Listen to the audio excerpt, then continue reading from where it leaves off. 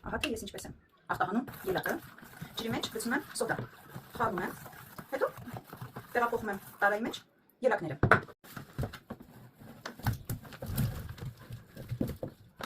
Այսպես։ Թողնելու եմ մոտավորապես 20-ից 30 րոպե։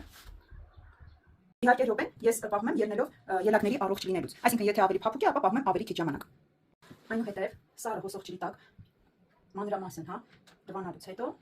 տեղափոխում եմ անձեռոցիկի վրա, որպեսզի ջուրը վրայից քամվի։ Այսպես։ Դե իսկ դուք ինչպես եք ախտահանում ելակները։